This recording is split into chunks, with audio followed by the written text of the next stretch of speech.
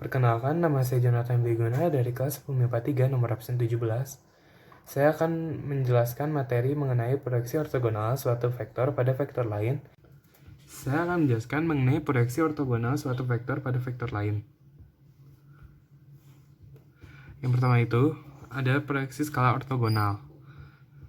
Materi dibagi menjadi dua, yaitu vektor B pada vektor A dan vektor A pada vektor B. Yang pertama itu vektor B pada vektor A. Artinya itu vektor B searah dengan vektor A sebagai landasan proyeksinya. Dan hasilnya adalah vektor A. Hasilnya itu pasti akan selalu berupa bilangan real. Dan ini adalah notasinya. Ini adalah notasinya. Dan cara mencarinya adalah seperti ini. Lalu langkah-langkah untuk mendapatkannya, yang pertama kita bikin seperti ini. Lalu kita berpindah ke arah sini. Dan kita mencari B cos theta-nya dengan cara menarik garis seperti ini. Dan B mutlak cos theta-nya ini adalah hasilnya. Lalu pada bagian ketiga kita menggunakan rumus ini untuk mencari hasilnya. Lalu yang kedua adalah vektor A pada vektor B. Artinya sama seperti tadi, namun yang ini adalah vektor A searah dengan vektor B sebagai landasan proyeksinya. Hasilnya adalah vektor B yang berupa bilangan real. Notasi yang digunakan adalah yang ini. Lalu cara mencarinya itu adalah seperti ini. Langkah-langkahnya itu, yang pertama itu sama seperti yang sebelumnya. Lalu kita berpindah ke sini. Dan kita mencari vektor A mutlak cos theta-nya sebagai hasil dari proyeksinya, yakni yang ini. Nah, lalu setelah itu kita pindah dan menggunakan rumus seperti ini. Dan hasilnya akan menjadi seperti ini untuk mencari hasil proyeksinya. Lalu yang kedua adalah panjang proyeksi vektor ortogonal. Yang ini dibagi menjadi dua seperti tadi. Yang pertama adalah vektor B pada vektor A.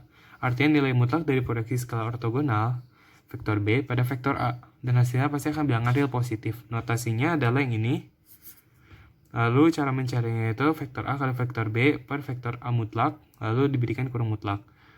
Yang kedua juga sama, namun perbedaannya ada pada arti, di mana yang arti sebelumnya itu vektor B pada vektor A, yang sekarang itu vektor A pada vektor B. Dan notasinya itu seperti ini.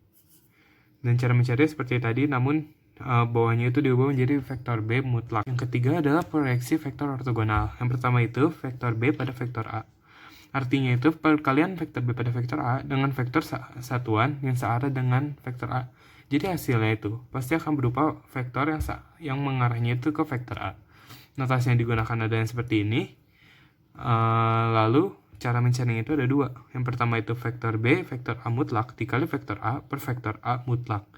Atau yang cara kedua yaitu vektor A kali vektor B per vektor A kuadrat mutlak. Lalu dikalikan dengan vektor A. Yang seperti ini. Lalu langkah-langkah mencarinya. Yang pertama itu seperti pada bagian pertama.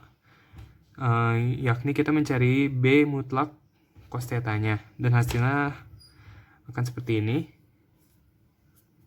Lalu dari hasil proyeksinya itu kita hitung dan hasilnya akan menjadi seperti ini. Nah, lalu yang kedua itu vektor A pada vektor B. Artinya sama seperti tadi, namun yang ini searah dengan vektor B, sehingga hasilnya akan vektor yang searah dengan B. Notasinya ada ini, caranya adalah yang seperti ini. Sama seperti tadi, namun diubah A-nya menjadi vektor B. Lalu yang kita cari sekarang itu langkah-langkahnya itu yang vektor A mutlak cos theta-nya. Sehingga hasil dari vektor A mutlak cos theta-nya kita hitung dan hasilnya menjadi seperti ini.